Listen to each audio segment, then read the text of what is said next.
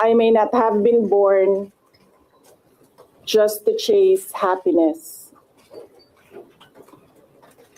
For a long time, I questioned the weight of responsibility to my family, to my country, to everyone who called on me.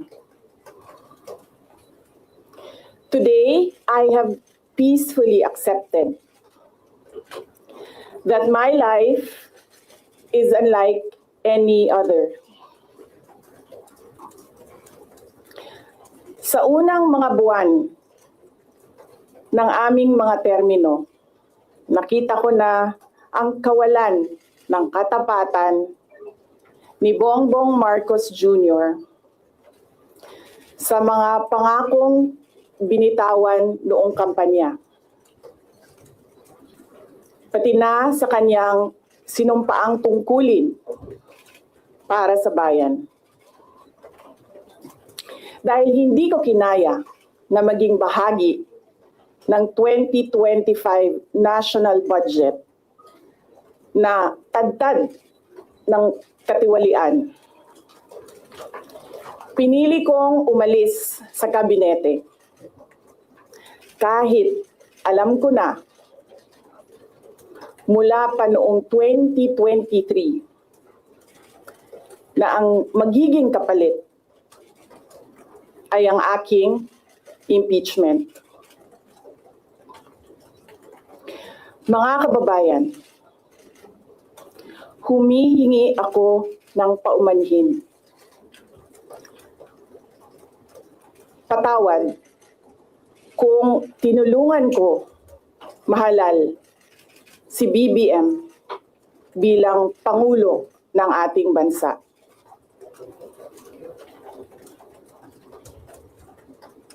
Patawad kung hanggang ngayon ay marami pa ring Pilipino ang nalulunod sa baha ng dahil sa malawakang korupsyon. Patawad kung lantaran ang pang-aabuso ng ating mga institusyon para sa pansariling interes ng mga politiko. Patawad kung patuloy ang pagtaas ng presyo ng mga pangunahing bilihin habang nananatiling kapos ang kita ng bawat pamilya. Patawad kung wala man lang tayong tunay na seguridad sa pagkain. Patawad kung may nagkakasakit at binabawian bigla ng buhay dahil sa kakulangan ng maayos at epektibong healthcare system. Hindi ako kailanman natakot sa pagsira nila sa pangalan ko. Ngunit may takot ako para sa ating mga anak. May takot ako para sa susunod na henerasyon.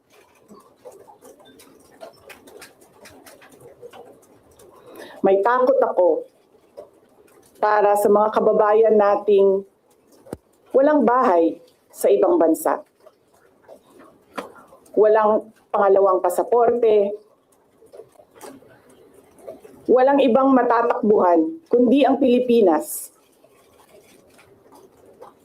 Kahit ito'y patuloy na nalulugmok sa kahirapan. Na ako'y kahadlok, nga moabot ang adlaw na dawaton na lang nato ang kapobrihon isip kapalaran. Nga maanad na ta sa sayop, nga mawad-an na lang ta og paglaom. Og labaw sa tanan na ako'y kahadlok,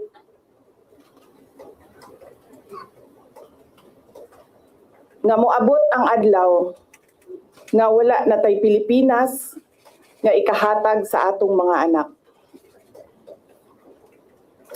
I cannot kneel before each and every Filipino to beg for forgiveness. Instead, I offer my life, my strength, and my future in the service of our nation.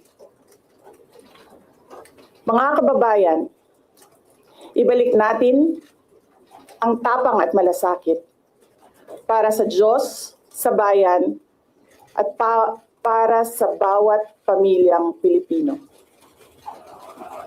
Ako si Sara Duterte, tatakbo bilang Pangulo ng Pilipinas. Shukran. Any questions? First question. Next time na ang question. Oh. Thank you. Oh. Good morning. Iniwan ko kay JC yung kabuuan ng speech.